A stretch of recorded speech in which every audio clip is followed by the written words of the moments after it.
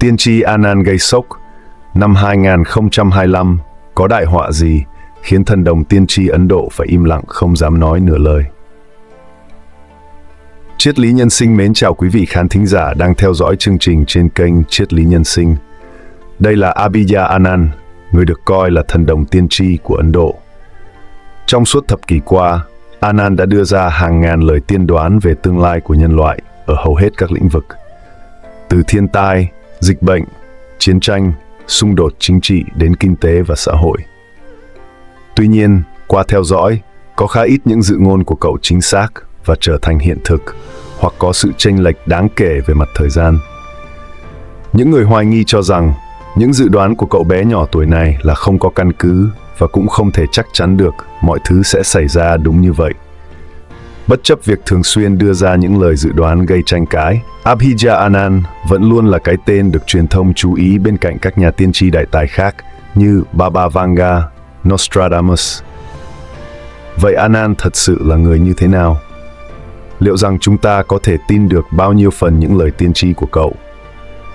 Những dự ngôn nào của cậu có thể sẽ trở thành hiện thực trong năm 2025? Hãy cùng Triết lý nhân sinh tìm hiểu toàn bộ sự thật về thần đồng tiên tri Anand và những dự ngôn của cậu trong video ngày hôm nay. Trước khi bắt đầu, đừng quên thích video, chia sẻ và bấm nút đăng ký kênh của Triết lý nhân sinh để theo dõi nhiều nội dung hấp dẫn mỗi ngày nhé. Năm 2013, tờ India Times dẫn câu chuyện về cậu bé chỉ mới 8 tuổi, nhưng đã có khả năng phi thường khi đọc thành thạo những câu thơ bằng tiếng Phạn trong Bhagavad Gita, một văn bản cổ nổi tiếng của Hindu giáo. Không chỉ vậy, cậu bé còn thuộc vanh vách các chương thứ 9, 11, 12 và 15 trong Kinh Thánh. Cậu bé này chính là Abhijit Anand, người mà giờ đây được mệnh danh là thần đồng tiên tri trẻ tuổi nhất thế giới. Trong suốt 3 năm qua, một số lời sấm đáng chú ý của Anand đã trở thành hiện thực. Điển hình như cuộc khủng hoảng năng lượng, cuộc khủng hoảng kinh tế, đứt gãy chuỗi cung ứng toàn cầu, thời tiết khắc nghiệt. Tuy nhiên, nổi bật nhất vẫn là việc cậu bé dự báo chính xác sự xuất hiện của đại dịch COVID-19, thứ đã ám ảnh toàn thế giới trong suốt những năm vừa qua. Sinh năm 2006 và lớn lên tại thị trấn Srirangapatna, tỉnh Mandya, Ấn Độ. Abhijit Anand là thành viên một gia đình khá giả có 4 người, gồm cha, mẹ và em gái. Ngay từ nhỏ, cậu đã được bố mẹ dạy dỗ cẩn thận và tiếp thu những kiến thức mà bạn bè đồng trang lứa khó mà có điều kiện để theo học. Anand cũng nhanh chóng cho thấy khả năng tiếp thu kiến thức đáng kinh ngạc của mình. Cậu bé luôn tò mò với những gì diễn ra xung quanh và dường như có một nguồn năng lượng nào đó giúp cậu luôn đi tìm được câu trả lời. Trong một lần, khi Anand mới chỉ 5 tuổi, đã được bố mẹ đưa đến thăm ngôi chùa chuyên giảng dạy văn học và tôn giáo tiêu biểu của Hindu giáo. Tại đây, vô tình đã trở thành bước ngoặt giúp Anand trở thành một thần đồng từ khi còn rất nhỏ. Sau khi trở về nhà, Anand nói với mẹ rằng cậu muốn học tiếng Phạn. Mặc dù khá bất ngờ vì lời thỉnh cầu của con trai, song bà Anu, mẹ của cậu, vẫn thử dạy những câu đơn giản sử dụng tiếng Phạn cho Anand khoảng 30 phút mỗi sáng và đọc lại vào buổi tối. Khi lên 7 tuổi, Anand đã thông thạo những câu thơ tiếng Phạn trong bài Harvard Guitar, một văn bản cổ nổi tiếng của Hindu giáo. Không chỉ vậy, cậu bé còn thuộc lòng các chương sách trong Kinh Thánh. Cậu bé thường xuyên tham gia các lớp học tiếng Phạn vào buổi cuối tuần. Anand từng nhận giải thưởng tiền mặt trị giá 21.000 rupee cùng chứng chỉ của tổ chức Srineri Math.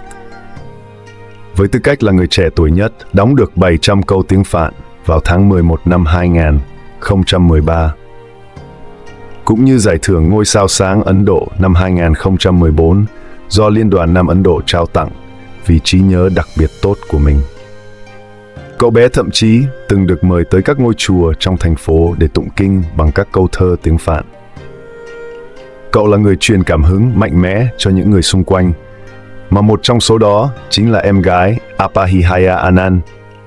Khi cậu bé cũng tự học và đọc được khoảng 50 câu trong Kinh Thánh. Ngoài việc theo học các khóa đào tạo guitar, Anand còn thích đọc về những câu chuyện thần thoại Ấn Độ. 18 tuổi, cậu đã biết đọc tiếng Tamil sử dụng ở Sri Lanka, tiếng Sindhi sử dụng ở Pakistan, Ấn Độ, Ả Rập, tiếng Anh, tiếng Đức và dự định sẽ học thêm tiếng Canada. Năm 10 tuổi, Anand bắt đầu đăng ký các lớp học chiêm tinh sau khi nhìn thấy một tấm áp phích quảng cáo về bộ môn này. Ban đầu đã có một số lo ngại rằng cậu bé không thể có đủ thời gian và kiến thức cần thiết ở độ tuổi của mình. Nhưng sự thật là, chỉ trong vòng một thời gian ngắn, Anand làm quen và thậm chí đứng đầu lớp học về chiêm tinh. Không chỉ vậy, cậu cũng đạt kết quả học tập rất tốt ở trên lớp. Như một hệ quả tất yếu, kiến thức vượt trội của Anand trước những đứa trẻ đồng trang lứa đã làm dấy lên sự ghen tị và nghi ngờ của chúng. Trong khi các phụ huynh thì lo lắng con của mình sẽ phải học chung với một đứa trẻ quái gở. Ngay cả các giáo viên cũng tỏ ra khó chịu. Tới mức họ đã từ chối trả lời những câu hỏi khó được Anand đặt ra trên lớp. Họ cũng thường đặt Anand vào những tình huống khó xử, khiến cậu bé trở thành trò cười trong mắt chúng bạn. Cách đối xử này đã vượt qua giới hạn khi Anand thường xuyên hứng chịu sự bắt nạt, đối xử không công bằng từ chính bạn bè của mình. Thế nhưng không có gì có thể ngăn cản Anand khỏi niềm đam mê của mình. Cậu đã tốt nghiệp Vastushastra, một học thuyết Hindu, về ảnh hưởng của các quy luật kiến trúc và tự nhiên từ khi chỉ 11 tuổi. Năm 2016, cậu bé nhận giải thưởng thần đồng từ tổ chức Rotary vì những kiến thức và sự tài năng của mình. Không chỉ trên thông thiên văn dưới tường địa lý, Anand còn rất giỏi về công nghệ và được cha mẹ hỗ trợ sớm tiếp cận vào Internet. Năm 2012, cậu được lập kênh YouTube cho riêng mình, với mục đích ban đầu là truyền bá nhận thức về sức khỏe, hạnh phúc và tinh thần, thông qua giáo dục từ xa. Tuy nhiên sau đó, kênh này chỉ thực sự trở nên nổi tiếng sau khi xuất hiện những video được Anand đăng tải, đi kèm với các dự đoán về tương lai, vận mệnh thế giới. Tháng 8 năm 2019, trong một video tải lên kênh cá nhân, dựa vào những nghiên cứu về chiêm tinh, Anand đưa ra lời thông báo về một mối nguy hiểm quan trọng đối với thế giới sẽ xảy ra từ tháng 11 năm 2019 đến tháng 4 năm 2020. Khi mới có mặt trên nền tảng, video có rất ít lượt xem và bình luận. Đa số những người xem video khi ấy cho rằng nhận định của thần đồng nhí này là vô căn cứ, viển vông. Thế nhưng, kết quả như ai cũng biết, đến tháng 11 năm 2019, dịch COVID-19 bùng phát ở thành phố Vũ Hán, Trung Quốc, rồi lan rộng ra hầu hết các quốc gia, vùng lãnh thổ trên thế giới. Tới tháng 3 năm 2020, Tổ chức Y tế Thế giới, viết tắt là WHO, công bố đây là đại dịch toàn cầu. Ngay lập tức, đoạn video tiên tri về dịch COVID-19 đã trở nên nổi tiếng trên mạng xã hội ở khắp Ấn Độ, Nam Mỹ và nhiều khu vực khác trên thế giới. Vì thật sự đã có mối nguy hiểm nghiêm trọng ập đến với thế giới trong những lời cảnh báo. Còn cậu bé Anand thì được tung hô là nhà tiên tri trẻ nhất thế giới, ở tuổi 14. Kể từ đó tới nay, Anand liên tục đưa ra các dự đoán về dịch COVID-19. Khoảng giữa năm 2021, Abhiya Anand dự đoán rằng đại dịch sẽ chưa thể có những ngày tươi sáng. Cậu bé cho rằng, đặc biệt là biến cố mới, được cho là tồi tệ sẽ xảy ra trong khoảng từ tháng 9 năm 2021 đến tháng 11 năm 2021. Theo lời dự đoán, đây có thể là giai đoạn đỉnh mới của đại dịch và tình hình sẽ khó được cải thiện. Kết quả là lời tiên tri trở thành hiện thực. Khi giai đoạn cuối tháng 11, đầu tháng 12 năm 2021, chứng kiến sự bùng nổ biến chủng Omicron của SARS-CoV-2, khiến thế giới điêu đứng trong nhiều tháng và chỉ có thể vượt qua khi tỷ lệ tiêm vaccine dần được cải thiện. Cũng trong năm 2021, nhà thần đồng tiên tri đã cảnh báo về tình trạng thời tiết cực đoan, khắc nghiệt. Và một điều gì đó tồi tệ hơn sẽ xảy ra sau ngày 10 tháng 12 năm 2021, một cách hoàn toàn tình cờ. Trong đúng tháng thời gian này, nước Mỹ đã xảy ra ít nhất 30 trận lốc xoáy tại 6 bang là Kansas, Illinois, Kentucky, Missouri, Mississippi và Tennessee, khiến hơn 100 người chết, hàng loạt nhà cửa và cơ sở hạ tầng bị tàn phá nặng nề.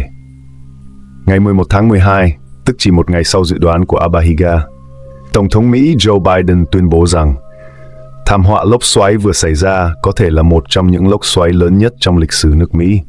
Liền sau đó, tình trạng khẩn cấp thậm chí đã được ban bố ở Kentucky, cho thấy mức độ nghiêm trọng của sự việc.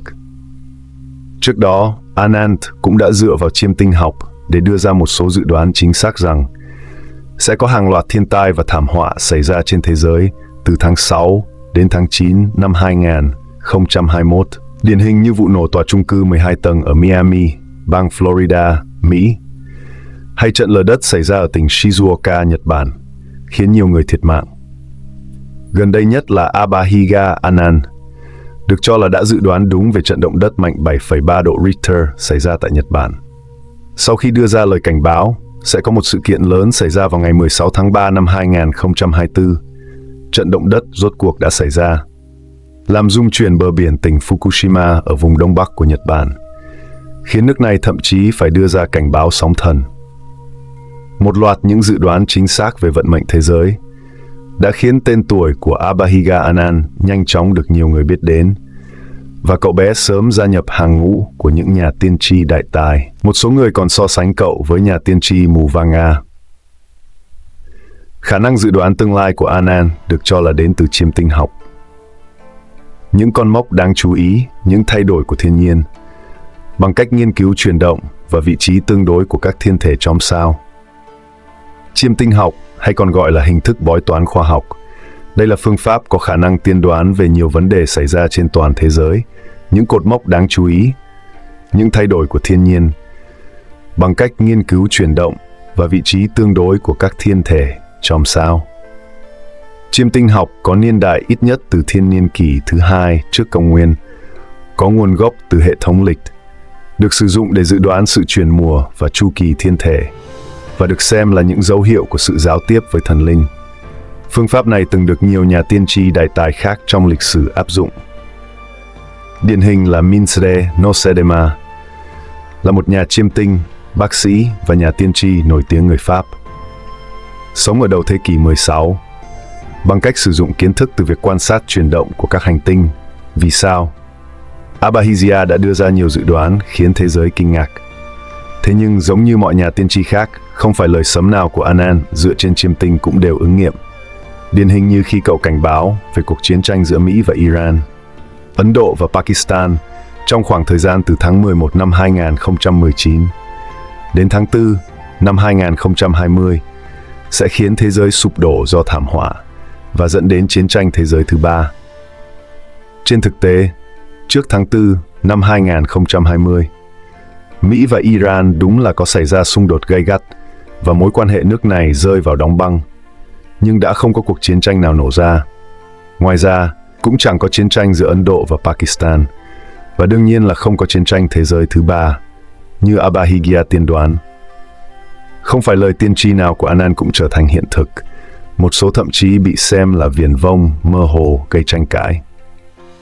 Trong thời gian gần đây, khi xung đột Nga-Ukraine leo thang, dẫn tới cuộc chiến nổ ra, Abahiga Anand cho rằng tháng 4 năm nay là một hiện tượng chiêm tinh đặc biệt, do sao hỏa và sao thổ tương xung, nên không phải là điểm lành cho năm nay trên toàn thế giới.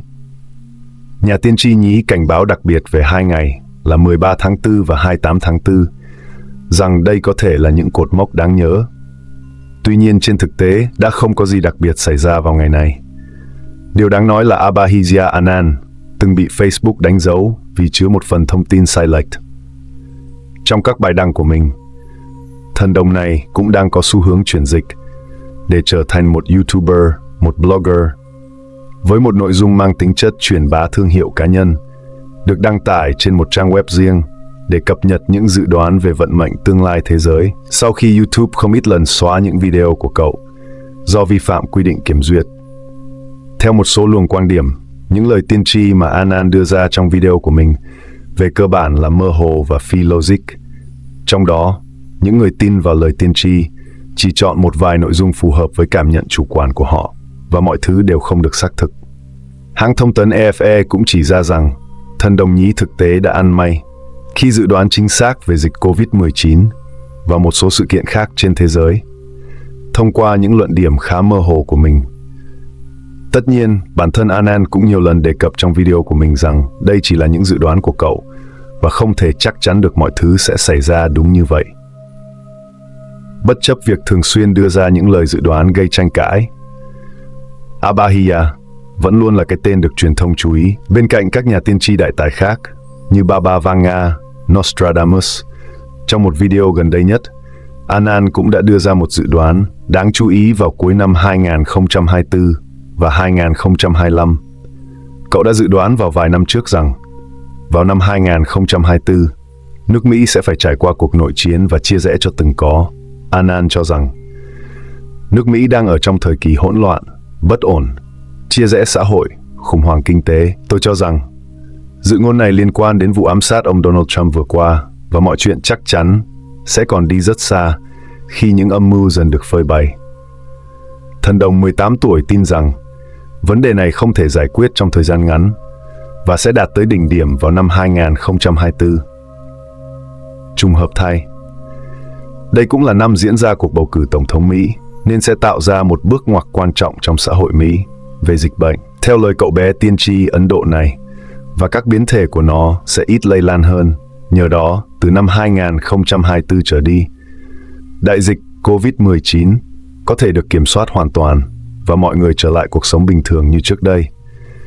Ngoài ra, nhà tiên tri này còn khẳng định rằng sự tương tác của các hành tinh và các hiện tượng thiên văn như sao hỏa, Rahu, sao thổ và sao mộc đều có tác động đến trái đất, động đất và khủng hoảng là kết quả của sự tương tác này. Sao mộc và sao thổ có thể tạo ra những tác động cực kỳ mạnh mẽ vào năm 2040, theo Anand. Sau khi đại dịch COVID-19 kết thúc, nhiều đại dịch nguy hiểm khác vẫn sẽ tồn tại. Hiện tượng nóng lên toàn cầu vẫn đang tiếp diễn. Thần đồng tiên tri lo ngại rằng điều này sẽ đánh thức những vi khuẩn cổ xưa được lưu trữ hàng chục nghìn năm trong các lớp băng ở Bắc Cực trong những năm tới. Những đại dịch này sẽ làm thay đổi đáng kể cục diện kinh tế, chính trị và xã hội.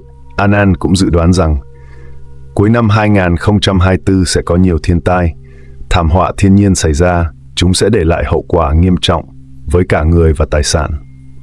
Từ tháng 7 đến tháng 8 năm 2025, một quốc gia sẽ xảy ra thảm họa rất lớn, có thể là lũ lụt, hỏa hoạn hoặc ô nhiễm không khí. Ngoài ra, một quốc gia gần biển sẽ phải đối mặt với thảm họa núi lửa phun trào, kéo theo đó là động đất và sóng thần.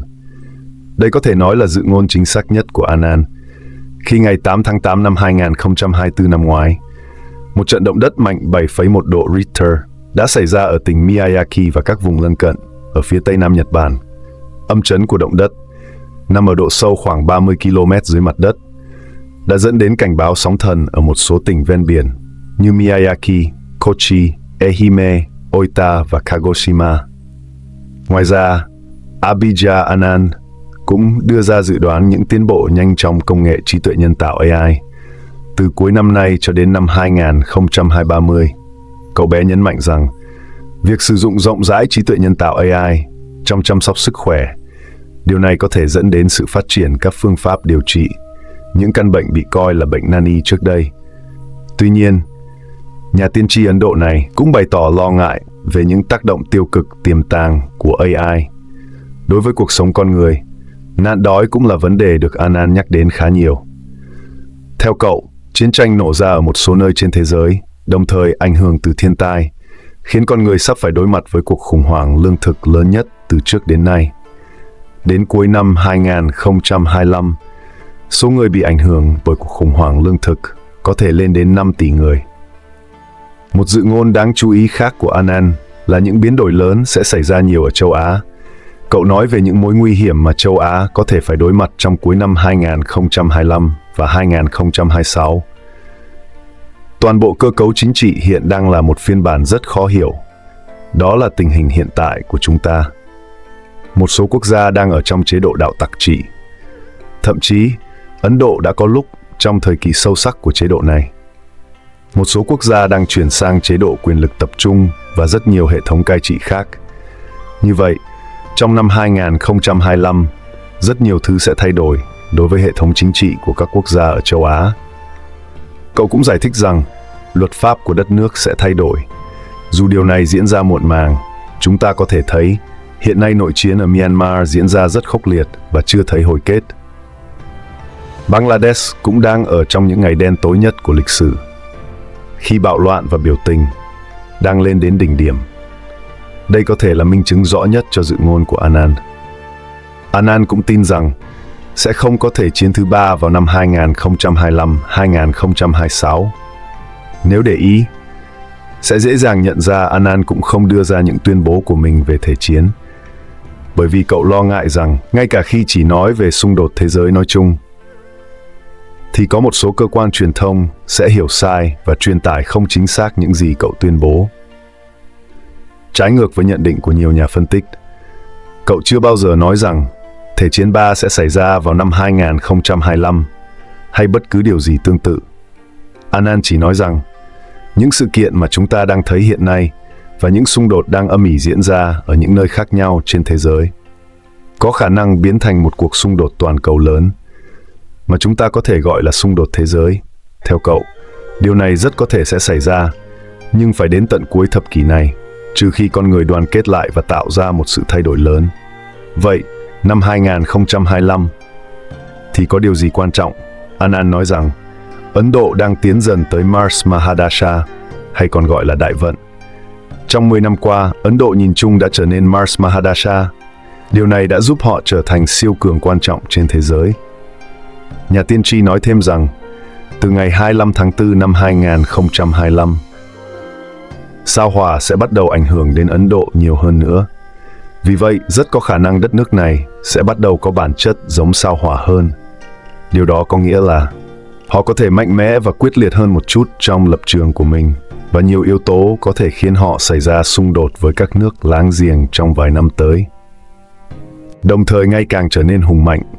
Trong cuộc phỏng vấn với đài truyền hình Nga, cậu cũng đã nói rằng nhiều nước sẽ chi tiêu ngân sách quốc phòng. Trong năm đặc biệt này, cũng trong cuộc phỏng vấn này, Anand cũng đưa ra những dự đoán về thế giới năm 2025. Theo Anand, vào năm 2025, một cuộc diệt chủng lớn sẽ diễn ra nhưng bị che đậy. Các dấu hiệu chiêm tinh đằng sau điều này là một sự kết hợp mà chúng ta sẽ thấy khoảng tháng 4 năm 2025. Trong đó, sao Thổ và sao La Hầu đến rất gần nhau. Điều này xảy ra vào năm 1968, khi xung đột Việt Nam đang diễn ra. Nói rõ hơn, sao Thổ và La Hầu đến gần nhau, cho thấy một sự thay đổi lớn trong cách suy nghĩ của mọi người. Quyền lực của người dân sẽ thể hiện một cách rất rõ nét vào năm 2025, dẫn đến một số thay đổi lớn đối với các siêu cường hiện nay trên thế giới, bao gồm cả Trung Quốc. Ngoài ra, theo Anand, một số vũ khí hủy diệt mạnh mẽ và tiên tiến mới sẽ được thử nghiệm vào năm 2025. Chúng ta đã biết có một số loại vũ khí rất mới, bao gồm cả vũ khí hạt nhân, đang được thử nghiệm trên khắp thế giới. Hiện nay đang là giai đoạn cạnh tranh gay gắt nhất trong lĩnh vực nghiên cứu cũng như thử nghiệm vũ khí hiện đại. Vì thế, khả năng thế hệ vũ khí toàn cầu thứ 3, hay nói cách khác, vũ khí được sử dụng trong các cuộc xung đột toàn cầu, sẽ được thử nghiệm vào khoảng năm 2025. Cậu tuyên bố rằng vùng biển sẽ trở nên hỗn loạn vào năm 2025 và một số xung đột có thể nổ ra gần các vùng biển hoặc 2025. Khả năng xảy ra động đất dưới nước là rất cao nhìn chung. Từ tháng 4 năm nay đến ngày 25 tháng 4 năm 2025 là một năm vô cùng quan trọng và có rất nhiều điều sẽ xảy ra. Trong video này, cậu cũng nhắc đến khái niệm thế giới thứ 3. Thế giới thứ 3 là cụm từ dùng để chỉ các quốc gia, lãnh thổ còn nghèo, kém phát triển trên thế giới. Phần lớn các quốc gia thuộc thế giới này là các nước châu Phi, Đông Nam Á, Trung Đông. Ở những nước này, bạn sẽ chứng kiến những cảnh tượng éo le, buồn thảm, góc khuất về hành tinh của chúng ta. Các nước thế giới thứ 3 là những nước chịu hậu quả sâu sắc về thảm họa địa cầu, biến đổi khí hậu, chiến tranh và đặc biệt là gia tăng dân số. Các nước thế giới thứ 3, xét về lịch sử, mắc phải sự xâm lược, áp chế bức bách và bóc lột của chủ nghĩa đế quốc và chủ nghĩa thực dân trong khoảng thời gian dài. Xét về kinh tế, phần nhiều tương đối lạc hậu, mặc dù đại đa số các nước tuyên bố độc lập, nhưng vẫn cứ mắc phải sự xâm nhập kinh tế dần dần, thao túng chính trị và uy hiểm quân sự của chủ nghĩa đế quốc, đặc biệt là nước lớn và nước siêu cường. Vì vậy, theo dự ngôn của Anand, thì rất có thể nhân dân ở thế giới thứ 3 sẽ vùng dậy một cách mạnh mẽ để giành lại quyền bình đẳng và những thứ vốn thuộc về mình. Theo bạn, cuối năm 2025 và 2026 sẽ xảy ra những đại sự gì? Hãy để lại ý kiến dưới phần bình luận nhé. Có rất nhiều điều cần rút ra. Nếu bạn thấy video này trên kênh Triết lý nhân sinh có giá trị, vui lòng để lại nhận xét bên dưới và đừng quên thích, chia sẻ và đăng ký kênh YouTube của Triết lý nhân sinh để biết thêm những bài học ý nghĩa hơn. Cảm ơn bạn đã tham gia cùng Triết lý nhân sinh trên hành trình hướng tới việc giác ngộ và nghệ thuật của lòng trắc ẩn. Hẹn gặp lại bạn vào những video tiếp theo trên kênh Triết lý nhân sinh. Thân ái!